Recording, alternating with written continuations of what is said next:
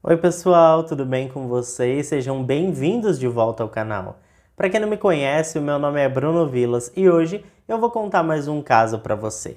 E se você está chegando por aqui agora e ainda não é inscrito no canal, eu já te convido a se inscrever no canal e ativar o sininho para não perder as notificações. Porque assim, todas as vezes que eu publicar um vídeo novo, o YouTube te avisa e você corre aqui para assistir comigo. Eu te convido também a me seguir nas redes sociais, porque por lá eu tô sempre interagindo com vocês e também publicando conteúdos diferentes dos daqui do YouTube. Mas agora vamos para o que interessa e bora pro caso de hoje.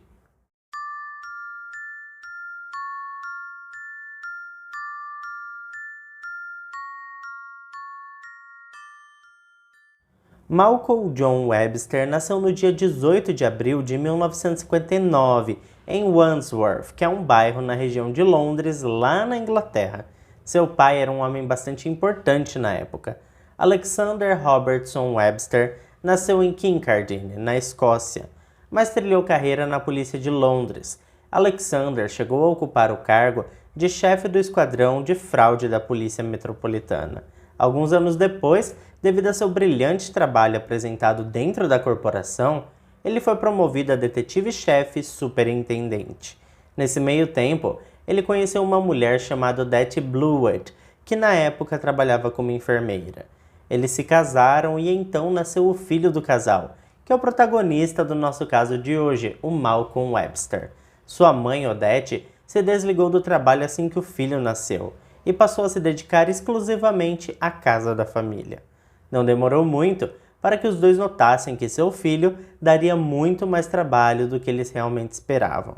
Ainda quando era apenas uma criança, Malcolm era bastante teimoso e indisciplinado, e quando não conseguia o que queria, ele até fingia desmaiar. O ingresso na escola também foi bastante desafiador para os pais, que protegiam o filho excessivamente. Não importava o que os professores e diretores dissessem. O problema estava sempre nas outras crianças e nunca em seu filho. Para Odette e Alexander, Malcolm era um poço de bondade. Conforme foi crescendo, as coisas foram ficando cada vez piores. Chegou ao ponto dele iniciar diversos pequenos incêndios em sala de aula, bibliotecas, bancas de jornais e nos laboratórios da escola. Os pais do garoto eram frequentemente convocados a comparecer ao colégio para conversar com o diretor. E como é de se presumir, eles defendiam o filho e diziam que os outros coleguinhas deixavam seu filho nervoso ou irritado. E aquela era uma reação natural e totalmente justificada. A verdade é que o Malcolm não persistiu por muito tempo. Ele abandonou completamente os estudos quando tinha de 15 para 16 anos e não concluiu nenhum dos cursos extracurriculares oferecidos pelo colégio. Eu não sei se falei, gente, mas obviamente era um colégio de alto padrão para famílias ricas e influentes da Europa. Bom, os pais do jovem não enxergaram nenhum problema na decisão do filho em abandonar a escola, mas essa ação foi seguida rapidamente por uma reação, principalmente da parte de seu pai. Ele exigiu que o garoto começasse a trabalhar. Devido à sua influência em diversos departamentos da cidade, Alexander conseguiu um trabalho como assistente de enfermagem em um hospital estadual para o Malcolm. Ele iria trabalhar diariamente e aprender todas as atividades de um enfermeiro. No início, ele foi bastante resistente, mas em pouco tempo ficou fascinado com a administração de medicamentos e algumas outras atividades do dia a dia. Conforme o tempo foi passando, Malcolm desenvolveu uma grande apatia pelo trabalho. Ele não queria mais trabalhar e achava tudo muito cansativo e monótono, e passou a procurar meios de complementar sua renda sem ter que pedir dinheiro ao seu pai, e muito menos fazer hora extra na empresa. Foi aí que ele teve uma grande ideia. Ele passou a paquerar mulheres mais maduras e com determinado status social. É evidente que ele se aproximava das mulheres com mentiras, cortesias forçadas e excesso de bajulação. Para ele não importava se essas madames eram solteiras, casadas ou mesmo viúvas. Ele se aproveitava da carência e falta de atenção delas para conseguir mais dinheiro para pagar por seus caprichos. Não era incomum seus amigos ouvirem quando ele dizia que na vida, porque quais razões ele deveria trabalhar duro, se outras pessoas poderiam fazer isso por ele? Malcolm dizia essa frase com certa frequência e com certeza estava se referindo aos maridos das mulheres casadas que ele cortejava, que trabalhavam duro para manter o império da família, enquanto ele se aproveitava da carência das esposas para conseguir dinheiro e conforto. Não se sabe exatamente por qual motivo, mas no primeiro semestre de 89, quando ele estava com 30 anos de idade, Malcolm Webster viajou para Abu Dhabi, nos Emirados Árabes, onde trabalhou no Hospital Tawan, um dos maiores hospitais do país. Malcolm assumiu um cargo de enfermeiro e foi designado para a ala infantil do hospital, e a partir daí algumas coisas estranhas começaram a acontecer. Em poucas semanas, 3 crianças faleceram, enquanto estavam sob os cuidados do novo enfermeiro. O que mais causou estranheza foi o fato de as 3 crianças falecerem por insuficiência cardíaca, e esse diagnóstico é bastante incomum para crianças nessa faixa etária. Uma investigação foi aberta, mas por conta de algumas restrições religiosas que impedem um exame pós-mortem, por exemplo, ele acabou saindo ileso das responsabilidades e conseguiu evitar a prisão com a condição de que renunciasse ao cargo. E com a ajuda da influência de seu pai, Malcolm conseguiu deixar o país em segurança. Muito tempo mais tarde, em uma entrevista, ele negou que tenha feito qualquer maldade com as crianças, o que foi contrariado por sua ex-namorada e também ex-colega de trabalho, chamada Betty Brown, que afirmou que tudo começou quando os supervisores de Malcolm flagraram o jovem injetando insulina em si mesmo e desconfiaram que ele tinha matado as crianças com injeções de insulina. Como eu disse, não foi possível fazer os exames nos corpos dos meninos, então ele renunciou ao cargo e deixou o país com a ajuda de seu pai. Bom, o tempo passou e finalmente parecia que o Malcolm tinha dado um jeito na vida.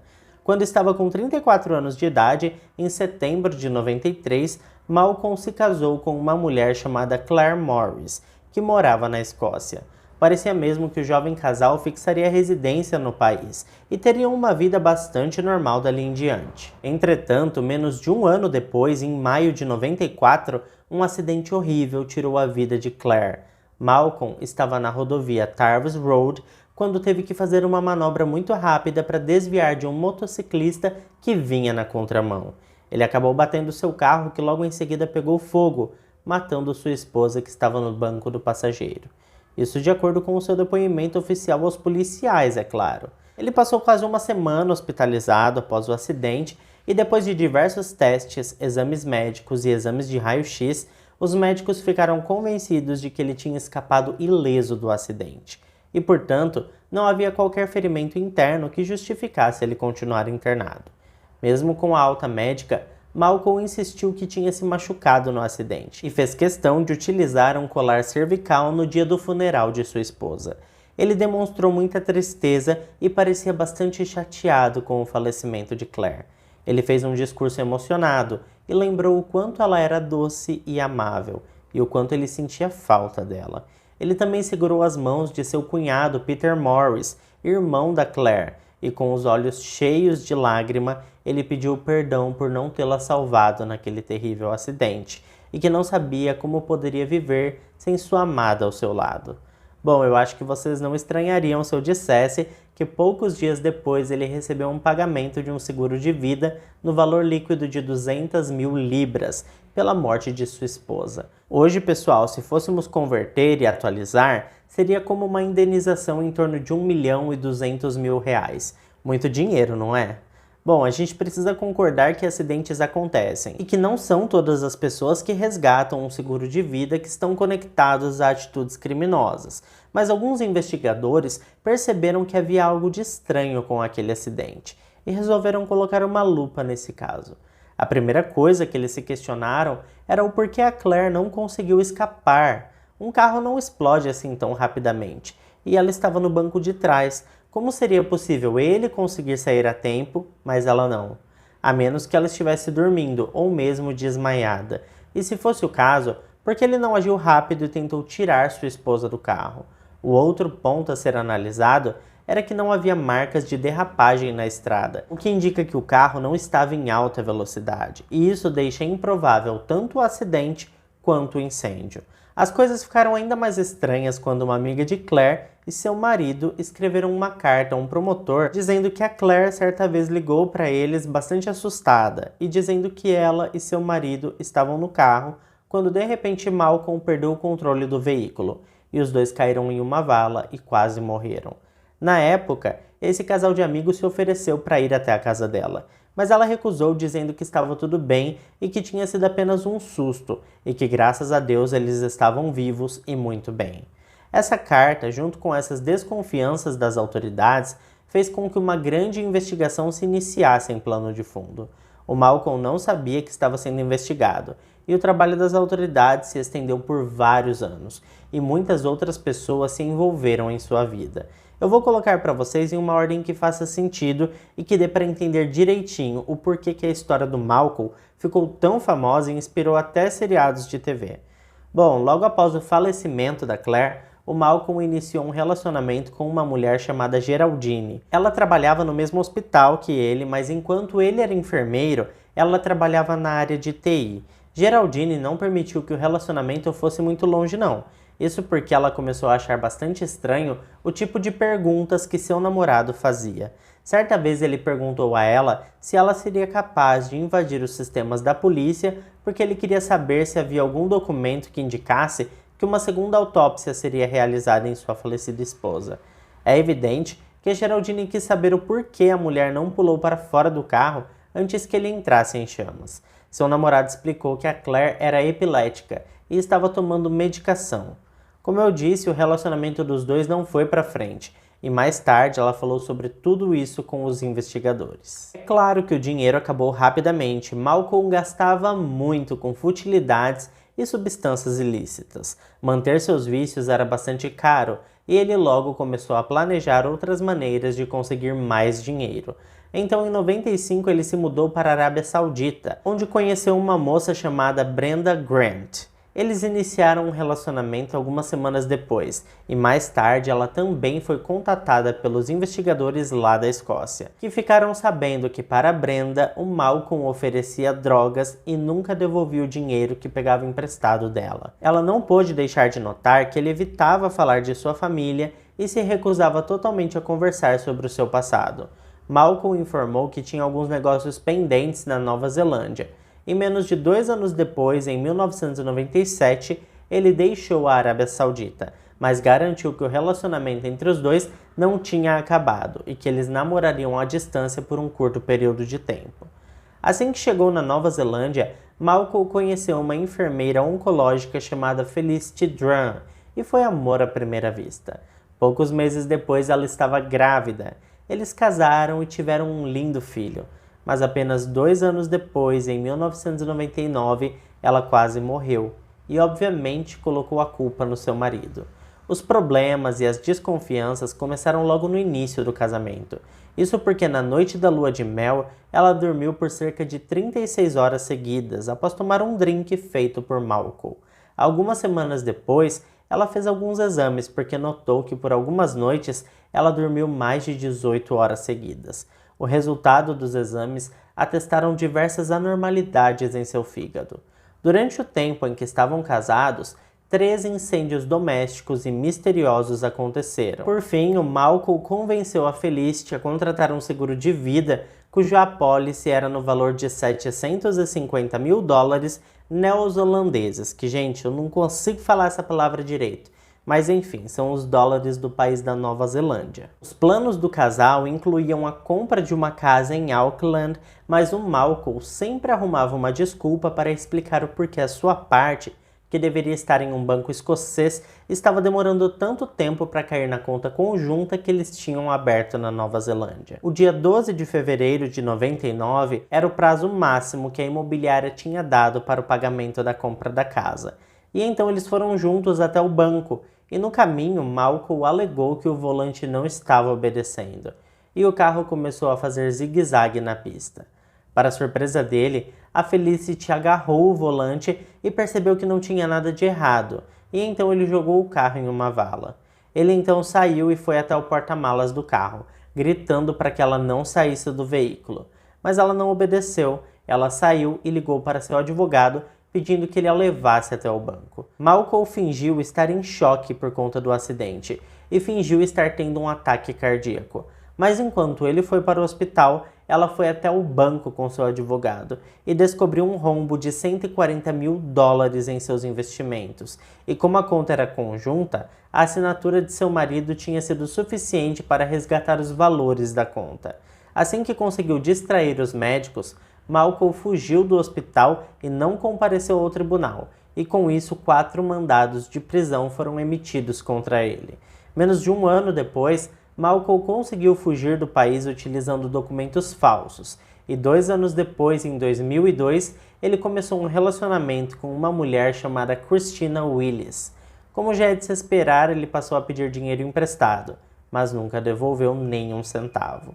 Para convencê-la a continuar emprestando dinheiro a ele, ele mentiu dizendo que estava com câncer. Sensibilizada com a situação do rapaz, Christina foi persuadida a fazer um testamento em nome dele. Mas antes que ele pudesse arquitetar a morte dela, ele acabou conhecendo uma mulher rica e independente, chamada Simone Benarge. Simone morava na Escócia, e então Malcolm retornou para o país, onde começou a trabalhar em um outro hospital. Todas essas mulheres que eu estou falando, pessoal, foram ouvidas mais tarde por aquela grande investigação iniciada lá na Escócia. E esse caso parece mesmo com aquele filme do golpista do Tinder, com a diferença que nesse caso ele tentava era matar as suas vítimas. Bom, o Malcolm então mirou na Simone Benarge e pretendia se casar com ela. Para justificar essa pressa toda, ele afirmou que tinha se apaixonado loucamente por ela e que ela era a mulher perfeita, mas que infelizmente ele não poderia ser feliz por muito tempo, porque estava com uma leucemia terminal, e seria muito cruel se ela não casasse com ele e não o fizesse feliz em seus últimos meses de vida. Lamentavelmente, a Simone também tinha se apaixonado por ele, e algum tempo depois ela alterou completamente seu testamento, deixando todas as suas propriedades para o Malcolm. O que não faz nenhum sentido, né, gente? Uma vez que ele disse que estava morrendo, qual seria a utilidade em passar os bens para o nome dele, né? Eu acho que não dá assim para defender muito a Simone não, fica complicado. Inclusive, as autoridades chegaram a alertá-la de que o sobrenome dele estava na lista de pessoas perigosas procuradas pelas autoridades e que ele tinha esposa e um filho. Aliás, as autoridades alertaram ainda que havia um processo criminal da esposa dele aberto contra ele. Lembra que ele fugiu lá da Nova Zelândia? Então, ele tecnicamente ainda era casado com a Felicity. Mas enfim, a Simone achou que tudo aquilo era bobagem e que finalmente ela tinha encontrado o amor de sua vida. Mal ela sabia que ao mesmo tempo em que estava com ela, o Malcolm mantinha contato com a Brenda Grant. Vocês lembram dela? Ela era da Arábia Saudita. Tanto que no ano de 2005 ele entrou em contato com ela pedindo que ela viajasse para Paris, na França, para se encontrar com ele. Essa reunião teve como tema a suposta leucemia de Malcolm. Ele disse que estava muito doente e que precisava de ajuda. Já para sua nova companheira, a Simone, ele disse que estava em Londres fazendo tratamento. O mais interessante é que bastante tempo depois, a Brenda se encontrou com a Simone e as duas viraram grandes amigas, claro, quando todo esse rolo terminou, né? Bom, a polícia estava na cola do Malcolm e no ano de 2007 as autoridades conseguiram um mandato para ser cumprido na casa de Simone Benarge. A casa foi revistada porque a polícia recebeu informações que Malcolm tinha desviado fundos de uma empresa. Durante a busca foi apreendido um laptop roubado e uma arma sem registro. As autoridades de diversos países entraram em contato entre si e uma mega operação foi criada junto com os investigadores da Escócia, que recebeu o nome de Operation Field e foi lançada no ano de 2008. Como a gente já sabe, as autoridades estavam investigando o estranho acidente que aconteceu com a esposa de Malcolm, a Claire Morris, e as autoridades da Nova Zelândia não tinham fechado o caso da Felicity ainda. Quase um ano depois, em 2009, o Malcolm foi formalmente acusado do assassinato de Claire Morris, pela tentativa de assassinato de Felicity Drum e pela tentativa de se casar com a Simone Benarge para depois matá-la e ter direito às suas propriedades. Quando a investigação foi concluída, a própria Simone já imaginava a maneira que ela morreria se tivesse casado com Malcolm. Ela disse em entrevista que ele provavelmente pretendia afogá-la, porque ela tinha um barco e adorava ir para o mar. Ela passou a acreditar que ele encenaria um acidente de barco porque percebeu que seu colete salva-vidas estava perfurado, mas da última vez que tinha utilizado o objeto, ele estava em perfeito estado e aquele buraco parecia ter sido feito propositalmente.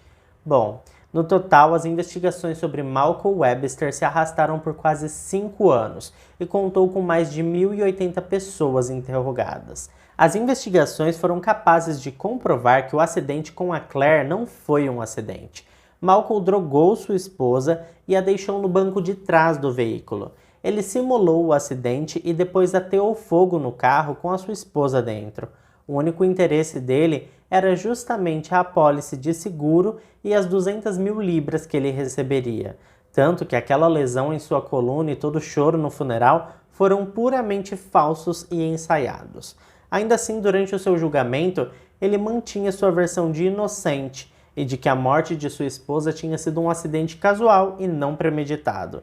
E também permaneceu firme em dizer que nunca enganou nenhuma mulher ou teve intenção de feri-las, mas que todas as vezes em que pediu ajuda, ele foi atendido voluntariamente. Apesar de todo o esforço da equipe de defesa, o Malcolm foi condenado pelo Supremo Tribunal de Justiça de Glasgow, na Escócia, no dia 19 de maio de 2011.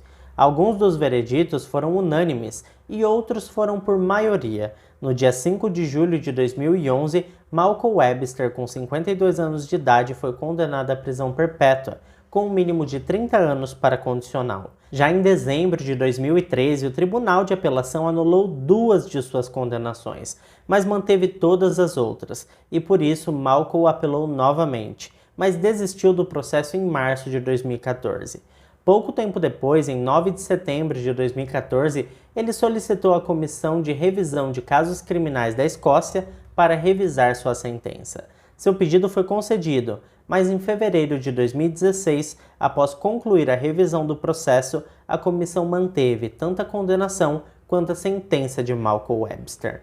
Após a condenação de Malcolm, a família da Claire entrou na justiça para que a inscrição na lápide original fosse substituída por uma com o nome de solteira, já que seu casamento tinha sido uma fraude. Esse pedido passou por diversas turbulências jurídicas, já que Malcolm Webster era o dono do túmulo e eles teriam que pedir a ele que renunciasse à propriedade. Mas após algumas discussões envolvendo conceitos éticos, a justiça concordou em substituir a lápide e também proibiu Malcolm Webster de ser enterrado ao lado dela. O caso de Malcolm Webster ficou tão famoso que inspirou a criação de uma minissérie britânica chamada The Widower, que retrata a vida e os crimes cometidos por Malcolm. E me diga aí, o que você achou desse caso? Eu sei que esse tema divide muitas opiniões, tanto que o filme do golpista do Tinder deixou muita gente dividida, porque enquanto alguns acham que as mulheres eram as vítimas e é totalmente errado culpar as vítimas, outras pessoas acreditam que as mulheres foram imprudentes e facilitaram as coisas para os golpistas. Aqui no Brasil a gente acha que já está vacinado, né? Mas vira e mexe a gente acaba caindo em algum golpezinho também por aí, né? Bom, eu acho que precisamos ficar super atentos e com o pé atrás, porque enquanto alguns golpistas se contentam com alguns trocados que conseguem arrancar de um e de outro, existem outros que estão dispostos a ir muito mais longe, como foi o caso do Malcolm, né? Então, na dúvida, como diz um amigo meu, é um olho no peixe, outro no gato. Então, gente, fica atento aí, porque olha, hoje em dia esse mundo tá complicado, né? Eu vou deixar aqui na descrição desse vídeo alguns outros casos que aconteceram lá em Glasgow também, onde foi julgado o caso do Malcolm, que inclusive é um lugar assim bem complicado, viu? Eu tô vendo muito caso criminal de lá e eu não me sentiria muito seguro em morar nessa cidade. Eu sei que eu tenho muitos seguidores que moram na Europa, então se você mora perto ou conhece aí a fama dessa cidade, deixa aqui pra mim nos comentários se você tem alguma informação. Bom, pessoal, esse foi o caso de hoje. Se ficou até aqui comigo, não esquece, deixa o seu like, que me motiva muito a continuar trazendo esse tipo de vídeo. Eu fico por aqui e até o próximo vídeo.